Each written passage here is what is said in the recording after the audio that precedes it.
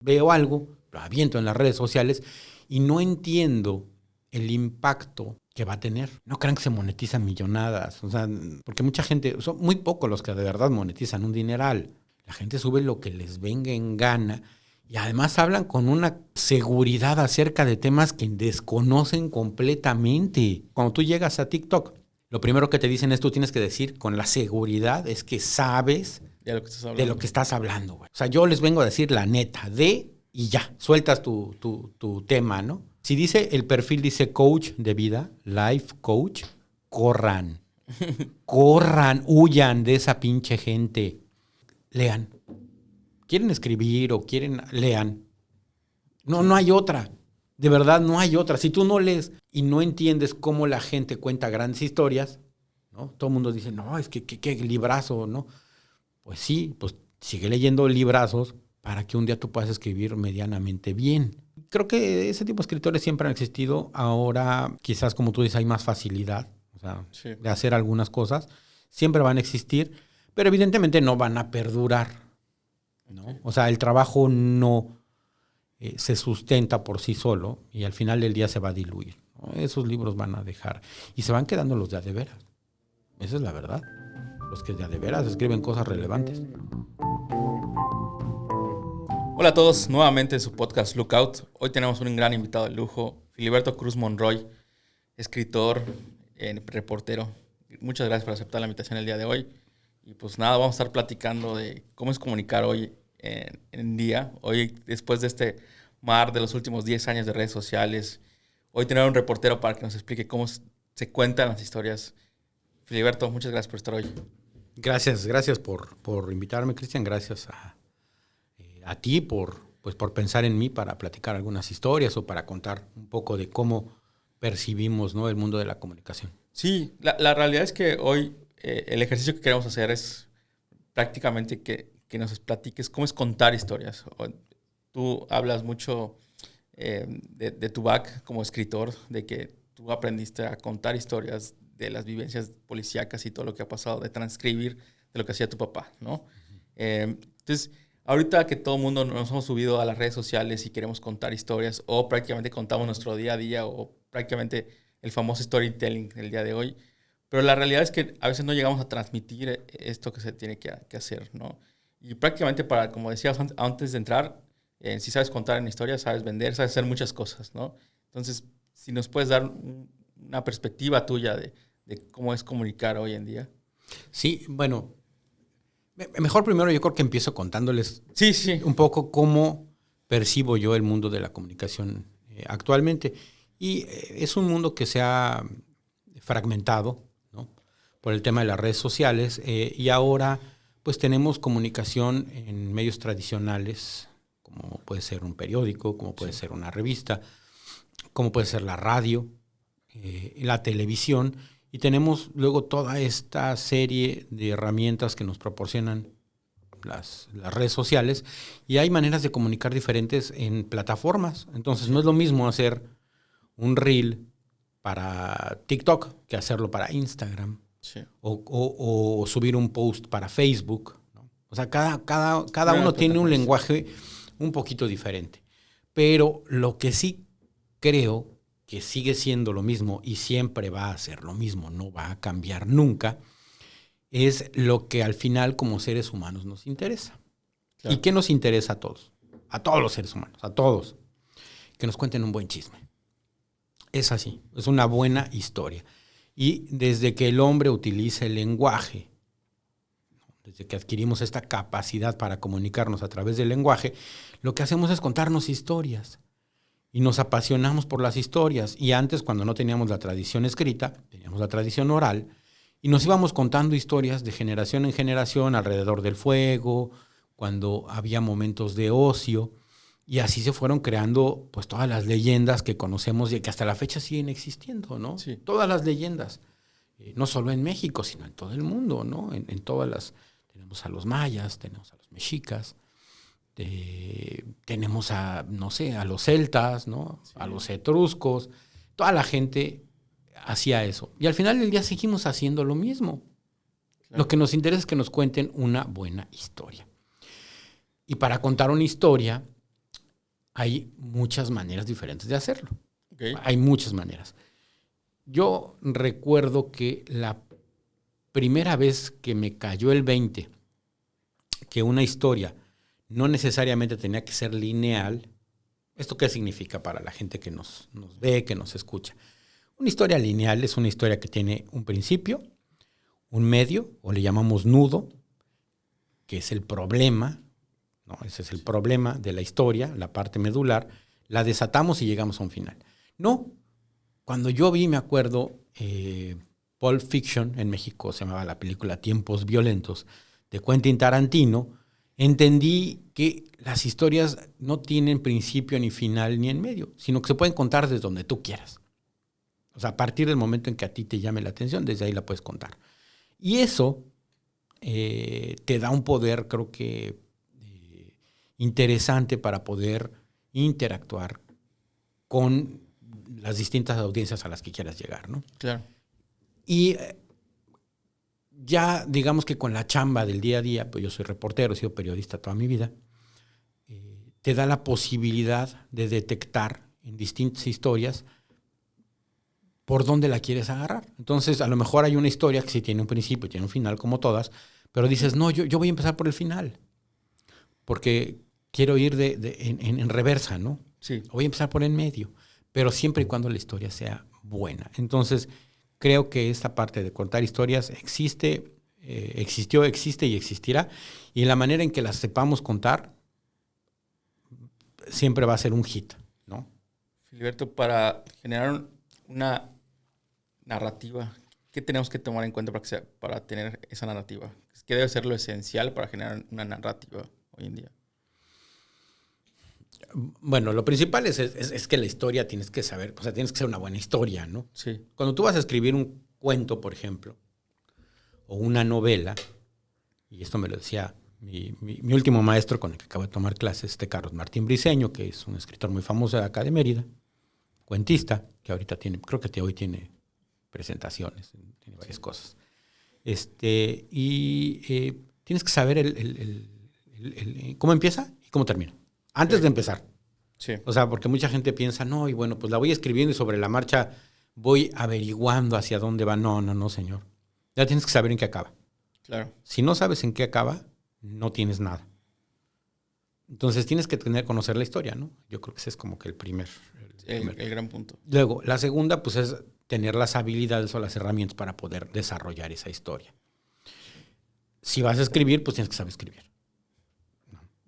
Es así, ¿no? Si vas a hacer cine, pues tienes que saber cómo contar de manera gráfica pues una historia. Y para eso hay escuelas, ¿no? Que te enseñan cómo hacer esto. Pero al final del día también tienes que saber escribir. Totalmente. No hay más. No hay más. Y también tienes que ser un lector voraz, tienes que ver películas, tienes que consumir contenido de distintos tipos para saber cómo, porque nada es original. No, o sea, nada. Sí, yo creo que todos hemos visto historias y refritos desde historias de la mitología moderna y convertidas en versiones modernas. Y lo ves en el cine, ¿eh? Claro. O sea, lo ves en el cine. Primero sale en Estados Unidos, después sale en Francia, después lo hace en Latinoamérica y una y otra vez, ¿no? Sí.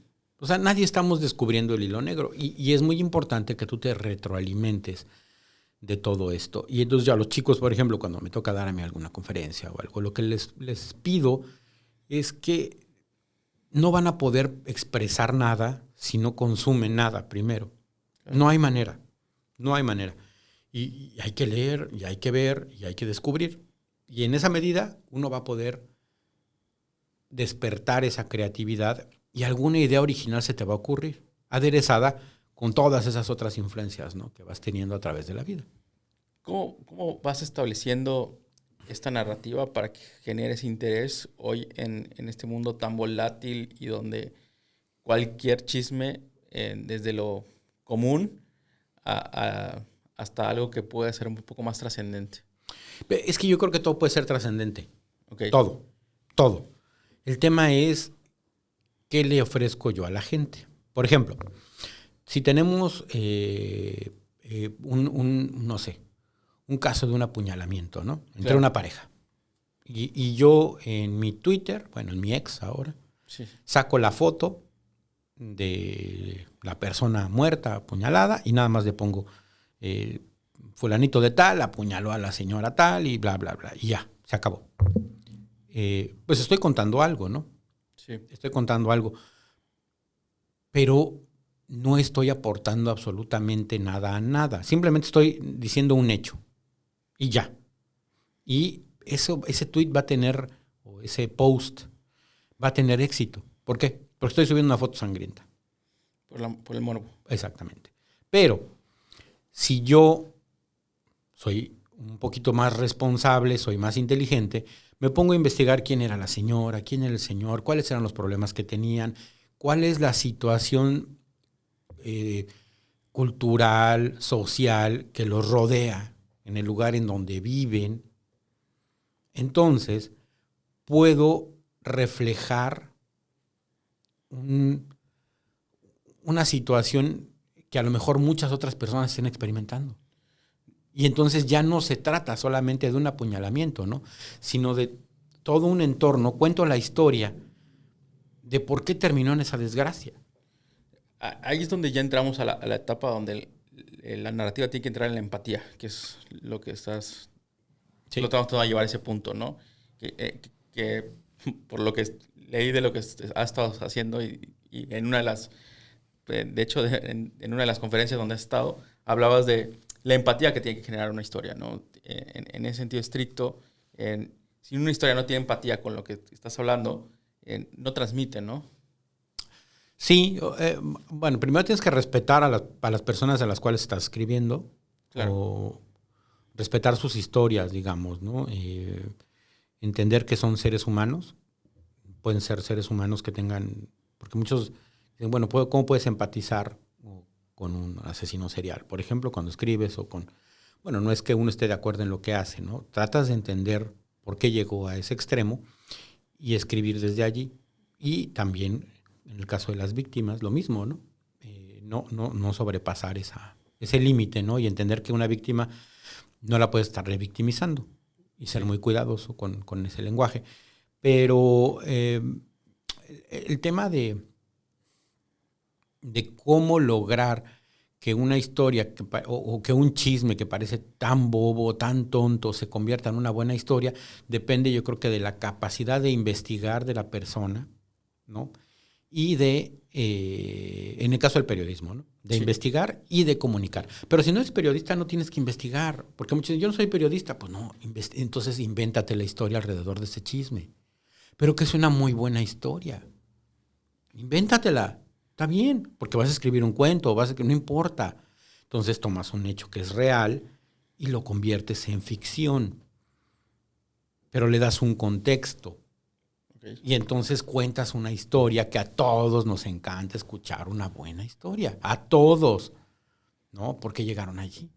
Sí, y generalmente lo que termina pasando y es algo que en la misma conferencia platicabas, que siempre estas dos líneas de alguien que es un periodista y alguien que está empezando en redes, generalmente tienen este pequeño conflicto o recelo de uno y recelo del otro, ¿no? Alguien que está mucho más preparado y estructura mucho más su historia, y alguien que solo la cuenta por contar, pero le perdió el miedo a la cámara y solo lo tira a un mundo y ese mundo lo consume y de repente se vuelve mucho más viral o en sí, o sea, llega a mucho más personas que alguien que estructura algo mucho mejor y prácticamente por el recelo de no entrar a este mundo se queda prácticamente en... No, fíjate que no en medios tradicionales, porque igual los medios tradicionales tienen un gran impacto, pero a lo mejor solo lo publican en un cierto lugar y ahí se queda, ¿no? Entonces, estos dos mundos, ¿cómo se encuentran ahora en la actualidad? Pues yo creo que coexisten, ¿no? Porque muchas de las personas que están en redes a veces también están en medios tradicionales y viceversa, y hay otros que no. Yo creo que la diferencia, tienen varias diferencias entre, por ejemplo, en un periodista un serio y una persona que no digo que no sea seria, ¿no? Pero es la formación. Totalmente. Es la formación. Pero no tienes que haber estudiado periodismo, porque yo no estudié periodismo, pero tuviste que haber tenido una formación en lo que sea, pero una formación desde tu casa, luego en la escuela, luego cómo te fuiste rodeando. Si tú tienes esa formación, pues te va a dar valores, ética, te va a dar muchas cosas. Si no tienes eso, pues de repente ni siquiera te lo planteas. Y como tú dices, veo algo, lo aviento en las redes sociales y no entiendo el impacto que va a tener. No lo entiendo y no me importa. Simplemente lo aviento y digo lo que se me ocurre. Y de repente esa persona se vuelve famosa. Y entonces pasa una etapa que es más peligrosa aún. Ya entiende que tuvo un impacto, porque ya lo entendió, ya lo vio. Sí. Y le vale madre. Lo sigue haciendo. ¿Por qué? Porque te vuelves adicto al tema de los likes, de los comentarios y de repente también, pues, algunos que monetizan, ¿no? Que también para muchos que nos están viendo, no crean que se monetizan millonadas. O sea, porque mucha gente, son muy pocos los que de verdad monetizan un dineral. Sí. Pero De son hecho, pocos. Muy pocos. De hecho, la gran verdad es que el que monetiza muchísimo es porque trae un récord de millones de visitas, ¿no? Sí. Y que realmente los nuevos influencers lo que monetizan ya no tiene que ver con la visualización, tiene que ver con la comercialización del producto que están haciendo allá. Totalmente. Ya está el caso de, por ejemplo, hay este chico que, bueno, ya no es tan chico, es como de mi edad, un poco más joven, pero Rodrigo, que tiene su canal que se llama Matt Hunter. Y Matt Hunter lo que hace es cazar juguetes, básicamente, ¿no? Pero él tiene muchos visitantes y lo conocen en muchas partes del mundo, no solo de México. Pero no vive de que lo estén viendo en YouTube. Él vive de comprar juguetes, revenderlos, y al final del día en YouTube solamente es su escaparate, ¿no? Sí. Es donde lo ven, donde lo conocen y donde le da credibilidad. Además es un buen tipo, se nota luego, ¿no? Tiene empatía con la gente lo quiere. Y eso funciona. Es así, es un modelo de negocio integral. O sea, no es que yo, porque ya tuve 1 millón de views, voy a ganar un dineral. No es cierto. Yo no sé a los chavos quién les cuenta esas historias mágicas, ¿no? Que el dinero lo regala las plataformas. No es cierto, ¿no? No, y muchas de las cosas empiezan a entrar ya, cosas de mercadotecnia que tienes que hacer, que realmente lo que te da más dinero son las campañas pequeñas de publicidad donde te contrata una marca con la que empatizas o la que tú puedes estar, ¿no? Porque eso o sea, como dices, sí puedes generar un dinero en YouTube, pero pues te va a dar para algunas cosas, ¿no? Probablemente no te dé para pensando que te vas a Europa todos los meses y que transmites desde ahí, ¿no? Por decirte una cosa. Pero tocabas el punto importante que era conviven, o sea, realmente conviven y al final de cuentas ambas son herramientas que hoy coexisten y que están en este mundo, pero siempre sigue existiendo ese recelo del tradicional al digital y como que el digital no se acerca al tradicional, ¿no? No, yo creo que sí hay ejemplos de los dos. Hay mucha gente que es muy valiosa, que está haciendo solamente contenido para redes. Solo para redes. No tocan contenido, no salen en televisión. Sí. De verdad, es contenido que dices, wow. O sea, de gente que, mis respetos. Y es gente que se toma muy en serio lo que está haciendo y que está tratando de contrarrestar este contenido basura que se genera, que es muchísimo, ¿no? Pero pues obviamente son los menos, ¿no? ¿Por qué? Porque lo que queremos estar haciendo cuando estamos scrolleando, pues es ver puras estupideces, ¿no? Sí. Reír. Quieres reírte, pero quieres distraerte. Sí. Y está bien. Yo no estoy en contra de que nos reamos. De hecho, es parte del show. Es parte de lo divertido, pero que de repente te encuentres con un contenido interesante, bueno, y que haya responsabilidad por parte de la gente que hace contenido. Que ese es el tema. Yo creo que el tema principal es la responsabilidad que yo asumo cuando subo mi opinión a plataformas, ¿no? Cuando yo subo mi opinión a plataformas. Y yo creo que ese es el gran problema, que no existe esa responsabilidad. Les vale de verdad un cacahuate. La gente sube lo que les venga en gana y además hablan con una seguridad acerca de temas que desconocen completamente. Sí, que se vuelven expertos inmediatos. Sí, no, es impresionante, ¿no? Hay un señor, no voy a decir el nombre porque es muy famoso, pero habla de todo el cabrón. Escribe libros además. Habla de todo. te habla desde el tema de los mexicas y de repente habla de Jesucristo y habla de todo, ¿no? Y Ya sé quién. de todo habla y de todo sabe, de todo. Un día te habla de Pancho Villa y un día te habla... ¿Cómo va a ser posible que alguien sepa absolutamente de todo? Eso no existe. Sí. No existe. Si ustedes ven, amigos, a alguien que sabe de todo o dice que sabe, no es cierto. Es falso. O sea, es sentido común. Sí, no hay las horas suficientes para... No existe. Sí. Te vas especializando en ciertos temas y conoces de ciertos temas, pero tampoco eres un súper experto, pero vas conociendo cada día más de ese tema y vas explorando. Pero de allá que, no sé, que yo ahorita te hable de esto y de repente diga, no, ahorita te voy a hablar de los egipcios, güey, te voy a decir todo. Pues no, digo, tengo nociones muy básicas, ¿no? Claro. Pero no te voy a decir la neta aquí de lo...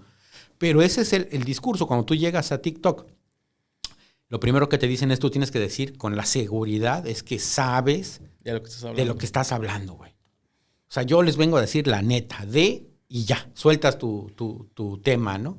Sí. Y así funciona. Mi verdad. Ajá. Y ya, ¿no? No, ni siquiera dicen mi verdad, es la verdad. Okay. Eso es lo más grave, ¿no? Ok. Y eso es grave, ¿no? Pues dicen, bueno, eso es lo que yo pienso y lo que yo creo. Ok, se vale. Está bien, es lo que tú crees. Pero no lo dicen así. No, de verdad, hay gente que a mí me sorprende todos los días, cada vez que entro a revisar redes sociales.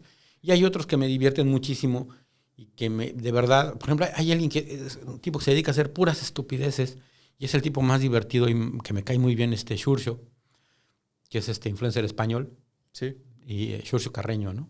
Sí. Y es divertido, es un tipo divertido que no pretende otra cosa más que hacerte divertir, o sea, y de repente tiene algunas cosas ambientales, ¿no? Ahí como... Pero ese es su... y no ofende a nadie, es divertido, no es grosero, la verdad es que... y tiene millones de seguidores, ¿no? Sí, Sure. la verdad es que hay ejercicios donde muchos se dedican a divertirnos y es parte de lo que entras a consumir. Es un comediante, está bien. Sí. La comedia nos encanta a todos, ¿no? Y también creo que ya vivimos esa segunda etapa de redes sociales donde el boom es que todos los comunicadores en general ya tienen su propio espacio, ¿no? Uh-huh. Ya todos tenemos nuestro propio espacio en redes sociales. Ahora, ¿a quién consumes? O sea, todo mundo, toda esta esfera de... Antes teníamos una cantidad limitada de información, ahora tenemos un exceso de información, Claro, ¿no? es cierto. Ahora, ¿qué criterios para empezar a consumir para la gente? ¿En qué piezas que debemos tomar en cuenta para consumir, como lo decías, de la verdad? Desde el punto de vista de alguien que se dedica a construir, ¿no? Y a informar. ¿Qué es lo que tomarías en cuenta para saber? Pues yo lo que veo es que la persona sea honesta. O sea, te das Sí. cuenta, ¿no? Cuando es una persona honesta, porque no te viene a tirar netas, no te viene a decir, yo sé todo. Te das cuenta que es una persona informada cuando tiene la capacidad de comunicar de una manera decente. O sea, estructura un discurso de una manera coherente. Habla bien. No está dudando cada vez que está platicando, ¿no? Te das cuenta que no miente. Cuando alguien, yo de lo que le digo, gente, corre cuando alguien te dice que él sabe cómo vas a adelgazar en 15 días. No, eso no pasa, ¿no? No pasa. Cuando alguien te dice que vas a arreglar tu vida en una semana, que vas a dejar de ser gordo en una semana, que te vas a hacer rico en una semana, que eso no sirve, eso es falso. Nadie te puede decir eso. Nadie. Entonces, lo primero que yo les daría la recomendación. Si ustedes ven alguna señora o un señor que les va a decir que les va a solucionar la vida y que su método de lo que sea, de alimentación, de su coach de vida, esos güeyes, no mames. Sí. De veras, no tienen vergüenza, ¿no? Que los van a arreglar y que con ellos no sé qué. Es falso. Es falso. Aléjense. Si el perfil dice coach de vida, life coach, corran. Corran, huyan de esa pinche gente. Porque a veces es, ¿cómo puedes lograr ser un coach de vida si eres de la misma edad o más chico que yo? No importa de eso. O sea, si estás en la misma situación o más jodida que yo, Exacto. ¿cómo mierdas me vas a venir a decir a mí qué voy a hacer? Si te estoy viendo que no estás mejor que yo, ni espiritualmente, ni psicológicamente, ni anímicamente, ni económicamente, nada, ¿no? ¿Cómo pretendes venir a decirme a mí? Sí. Si quieren un consejo de economía, pues busquen fuentes serias de gente que sabe cómo hacer inversiones, qué te conviene, ¿no? Cómo diversificar los recursos que tienes. Busquen a alguien que sepa de ese tema, de verdad. Si buscan, no sé, tener una vida más saludable, pues busquen un entrenador que entienda que hay que llevar un proceso, ¿no? Un nutriólogo que te explique cómo comer de manera más sana, pero mucho más, pues sí, menos más consciente, menos ¿no? tóxico, sí, más consciente. No que todo lo quieran solucionar de una semana para otra, ¿no? Entonces, en cualquier aspecto de la vida. Entonces, si dice coach de vida, si dice que los va a solucionar la vida en una semana, corran. Así de fácil. Yo creo que ese es ahí te das cuenta, ¿no? Filiberto, alejándonos de las tediosas redes sociales, cuando tú das una plática a estudiantes y te hablan de Filiberto el escritor, Uh-huh. ¿qué es lo primero que tienes que decirle a alguien que quiere empezar a escribir? Bueno, lo primero que les digo es yo no soy escritor. Eso es lo primerito cuando me dicen, ¿no? ¿Y qué eres? Bueno, No. pero ya sin libro, o sea, Tengo un libro y eso no te hace escritor, ¿no? Es lo primero que les digo. Sí. Yo soy periodista, ¿no? Y además un periodista, hecho allí ahí sobre la vida, ¿no? O sea, te has ido construyendo, ¿no? Pero yo no soy un escritor. Tan es así que hace un año tomé un curso para escribir cuento. O sea, el proceso de aprendizaje nunca se acaba, ¿no? Nunca, jamás. Entonces, lo primero que les digo es eso. No soy un escritor, pero tengo cierta habilidad para poder plasmar algunas de estas historias de una manera que resulten ciertamente interesantes, en fin, ¿no? La segunda es, lean. ¿Quieren escribir o lean? No hay otra. De verdad, no hay otra. Si tú no lees y no entiendes cómo la gente cuenta grandes historias, ¿no? Todo el mundo dice, no, es que qué librazo, ¿no? Pues sí, pues sigue leyendo librazos para que un día tú puedas escribir medianamente bien. Sí. Si no, ¿cómo? O sea, ¿cómo pretendes, no? Si no lees, pues es lo mismo para cualquiera, ¿no? Es lo primero que les digo. Y luego, pues que los chicos siempre mantengan ese tipo de curiosidad, ¿no? Es bien importante para la gente que entendamos que no importa si tú tienes 15 años o tienes 80. Si de verdad quieres seguir siendo productivo, siendo una persona pues que la gente quiere estar contigo, ¿no? Que quiera ser propositivo, pues tienes que seguir buscándote, interesándote por mil cosas y nunca es tarde para aprender. O sea, de verdad, creo que Saramago, su primer libro lo escribió a los 60 o algo así. Y así un montón. O sea, tú le metes en Google, le pones escritores que empezaron a escribir tarde en la vida y te va a salir un listado que dices, wow, o sea, grandes escritores. De hecho, te llevaba a la pregunta de escribir un libro porque ya viste que estamos en otro nuevo boom de nuevos escritores que han salido de estas redes, ¿no? Ya todos somos escritores, ¿no? Y todos queremos publicar un libro y todos queremos contribuir con la gente. Pero creo que lo que te decía estamos llenándonos exceso de información, pero la calidad de la información es mi punto de vista y se ha reducido la calidad de la información, ¿no? Hay mucho más, pero menos valiosa, ¿no? Porque los nuevos actores que quieren escribir un libro, como dices, no han leído lo suficiente y no se han preparado y no han estructurado. Generalmente, por lo que veo que está pasando es, llega alguien, contratan a un equipo de escritores, un güey se sienta, se la pasa 2-3 horas contando lo que quiere escribir en el libro y alguien, un tercero, lo desarrolla, ¿no? Creo que estamos llevándolo a algo que era, pues, era un privilegio poder llegar, que tú puedas llegar a un libro, ¿no? Sí.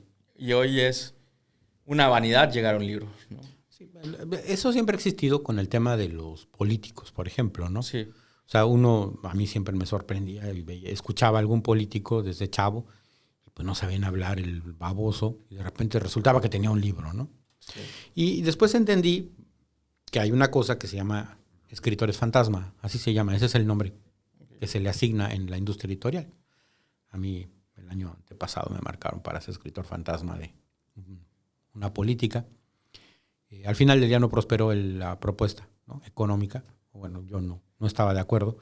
Pero sí, buscan gente como yo y como tú lo dices, te sientan con esa persona, no una vez, sino tienes muchas sesiones y tú vas tomando notas, grabas y al final del día escribes el libro, el cual pasa por varios filtros, ¿no? Si le gusta al autor o a la autora, que obviamente ellos no lo van a escribir, y también el editor, ¿no? Te va haciendo sugerencias y van llegando y entregan el producto final.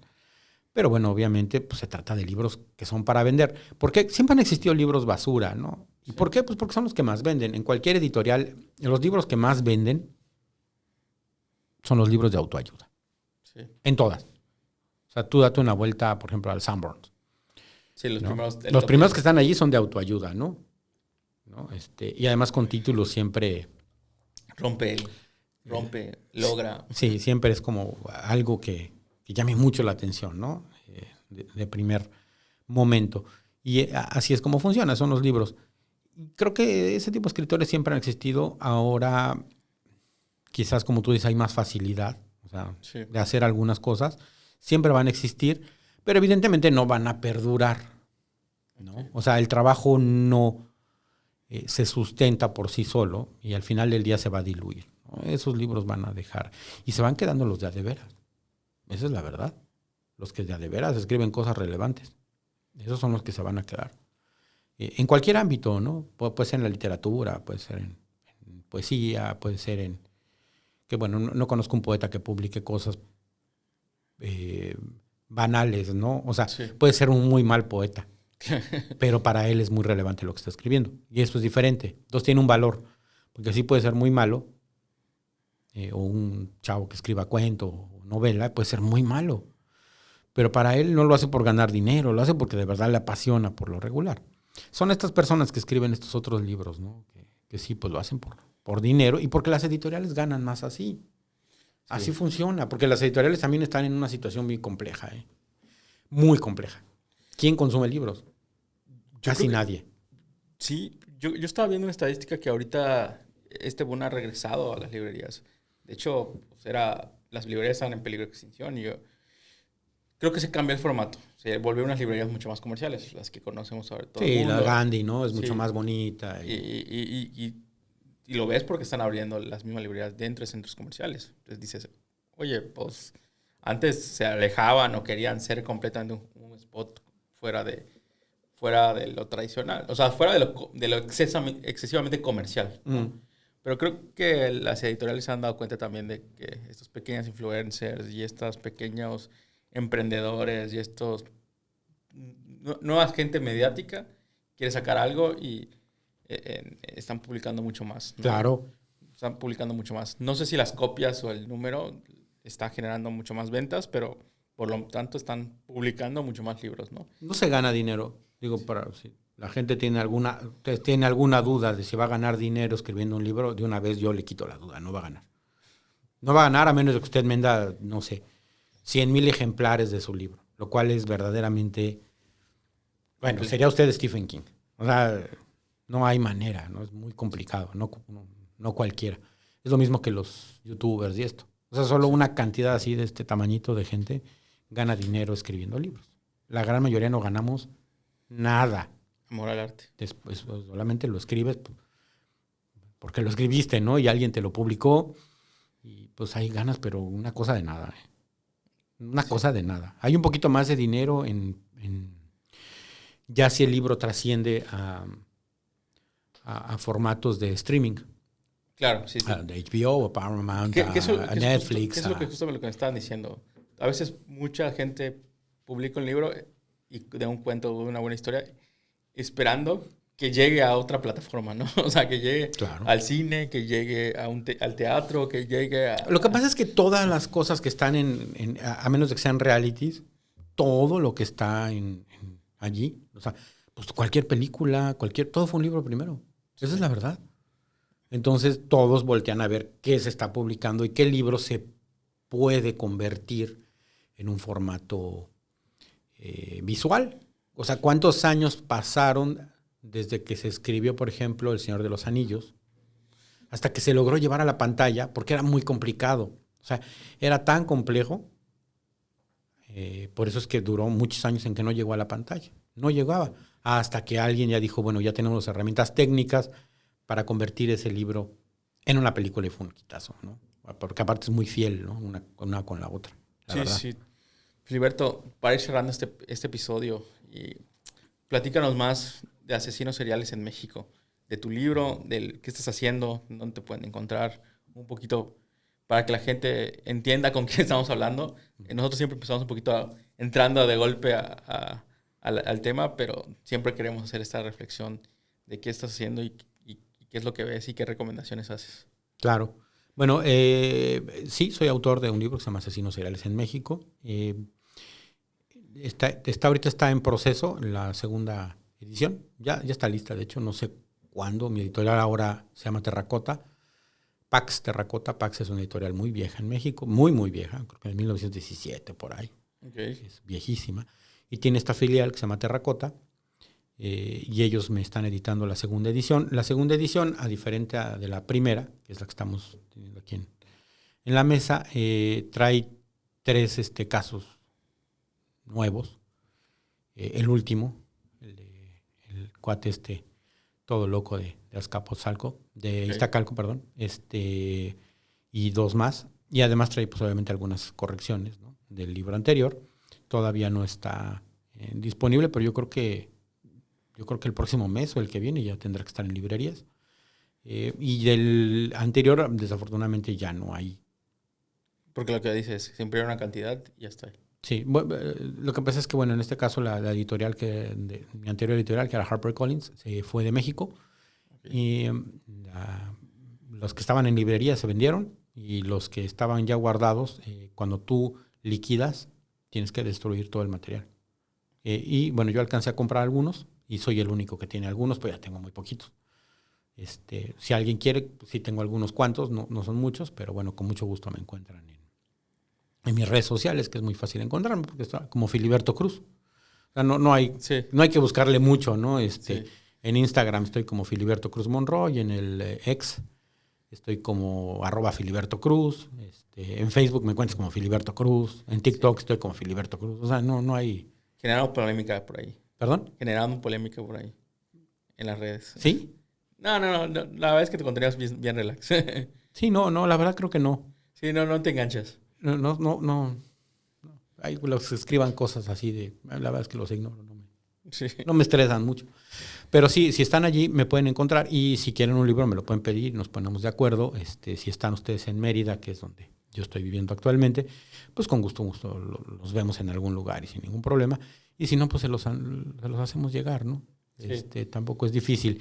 Y en ese libro, ustedes pueden encontrar la historia de los asesinos seriales mexicanos de los años 80 a la fecha.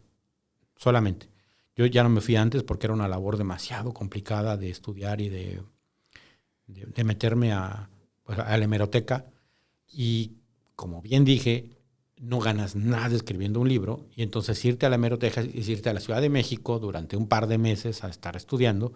¿Y quién te paga eso, va? Sí, hay que sobrevivir. Algo tenemos que... Esa costumbre que tenemos de comer todos los días. Esa mala costumbre. Sí, ¿no? Sí, ya sabes, ¿no? Pero bueno, entonces, como estos casos, yo ya tenía algunos documentados porque he sido periodista en Nota Roja durante muchísimos años, 15 años. Cubrí la Fiscalía de la Ciudad de México. Algunos yo ya los tenía escritos. Bueno, no como tal para el libro, pero tenía todas mis notas. Sí. Entonces ya fue una labor más fácil de ir empezando a recopilar todo, ¿no? Sí. Fue mucho más. Y aún así te tardas un año en escribirlo. No, mínimo. O sea, es que ese tipo de cosas, ¿no? La gente cree que lo sacas así de, aquí lo tengo. Sí, no, te tardas un montón. Sí. O sea, es primero llegar al acuerdo, ¿no? De, sí, ya, escríbelo. Sí. en mi caso, ¿no? Con la editorial, órale, pues te vamos a dar tanto tiempo, ¿no? Y pues documentarte y luego empezar a escribirlo. Ya que lo escribes, viene el tema de correcciones, el tema de que si la portada así, que si la por ahí, y ya uno lo va perdiendo control. Y luego el tema del marketing. O sea, es todo un proceso largo, hasta que tú lo ves en librería, yo creo que pasa 1.5 años. O a veces hasta 2 años. No, es bastante. Entonces, la segunda edición ya llevas un rato maquillándola, ¿no? Ya está. De hecho, esa se entregó desde, creo que hace 1 año le entregué. O sea, y no ha salido, imagínate. No, y en esa segunda edición probablemente ya tengas una versión ebook y todo ese rollo. Hay ebook. Okay. De este hay ebook. Okay. O sea, si tú lo buscas en ebook, yo lo tengo en ebook, de hecho, te lo mandan. Sí hay ebook. No lo compren. En Amazon hay algún Vivales que compró como algunos cuantos y lo está dando a un precios exorbitantes. Okay. Porque ya no hay. Entonces, un día lo puedes ver en Amazon en 600 y otro en 800 y así, ¿no? Y que te pues escriban. Sí, mejor escríbame porque sí, la verdad es que se están pasando de vivos. Alguien compró como un stock pequeño y como no hay, ya no lo van a encontrar. A menos de quizás que haya uno perdido por ahí alguna librería, pero es muy raro, ya no hay, pues se acabó. Hay algo que se haya quedado atrasado. Que haya rezagado. En alguna ciudad, ¿no? Sí, entonces es difícil encontrarlo. Y en Amazon alguien tiene y sí los está dando muy caros, muy caros. Okay. Mejor que me contacten con todo gusto, ¿no? Y bueno, vamos a ver el segundo. Y ahorita ya estoy trabajando con un amigo perito que ha sido funcionario en cuestiones periciales en la Ciudad de México, en la Federación, ¿no? A nivel federal. Ha llevado un montón de casos y entonces vamos tratando de hacer, a ver qué se nos ocurre. Para una siguiente hacer. No, sería otra cosa completamente diferente. Pero también hay que contar historias, ¿no? Sí. Hay que contar historias, pero a mí sí me gusta contarlas documentadas. Y entonces las vamos a contar con los pelos de la burra en la mano, con los datos científicos de las pruebas periciales. Okay. Y entonces eso le da un valor agregado, creo. Pues Filiberto, muchísimas gracias por estar el día de hoy. Y pues nada, si quieres agregar algo más, pues es tu espacio. No, muchas gracias, Cristian. No, pues no, agradecer a toda la gente que te ve, que te escucha. Pues un abrazo. Cualquier cosa ahí me encuentran en redes sociales, lo que gusten. Casi siempre yo contesto. Sí, es cierto. Yo no soy de los que no... O sea, a mí tú me mandas un mensaje, te lo contesto. No, es que conocemos unos que nos dicen, no, para ir es complicado. Esta es la carta. ¿No? Ah, ya. No, yo si tú me mandas un mensaje, yo te lo contesto. A todo mundo me tiene preguntas. Siempre y cuando sean respetuosos, les contesto y sin ningún problema. Cualquier duda, lo que quieran. O hay gente que luego se acerca que quiere alguna conferencia, sobre todo para estudiantes. Sí. De nivel licenciatura, ya sea de psicología, de periodismo, de medicina, de cualquiera de las carreras que les interesa lo que yo escribo. Y nos ponemos de acuerdo sin ningún problema. Siempre hacemos conferencias. Y la verdad es que la pasamos muy bien. Siempre es muy divertido, ¿no? Porque luego viene la sesión de preguntas y respuestas. Y tengo una ponencia que es súper divertida que se llama El reportero en la escena del crimen. Y esa es pues para periodistas, ¿no? Y jugamos mucho porque jugamos con los chicos, ponemos vayamos, ¿no? Con cinta policial y tiene toda una temática. Sí, todo lo que se hace mal por parte de un reportero cuando llega a la escena del crimen, en fin. Y contaminar la escena. Sí, es muy divertido. La pasamos muy bien. Y ese tipo de cosas nos ponemos de acuerdo sin ningún problema. Pues muchísimas gracias y pues síganos escuchando todos en Lookout y Uno Consulting Podcast en todas las redes sociales y gracias a todos.